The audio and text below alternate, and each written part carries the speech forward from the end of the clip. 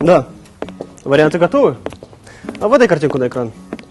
Надеюсь, в этот раз ты меня не разочаруешь. Ты же понимаешь, что мой домик должен быть самый лучший. Угу. Так, давай дальше. Вот. Отлично. Мне нравится.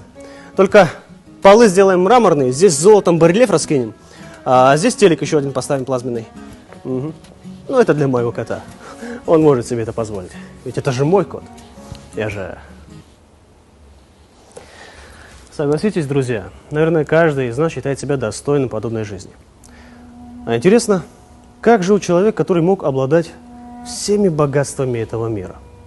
Который мог жить в самых роскошных дворцах, иметь тысячи слуг и ни в чем не нуждаться. Он мог попросить для себя любых условий комфорта, но вместо этого он всегда спал на твердой неудобной поверхности.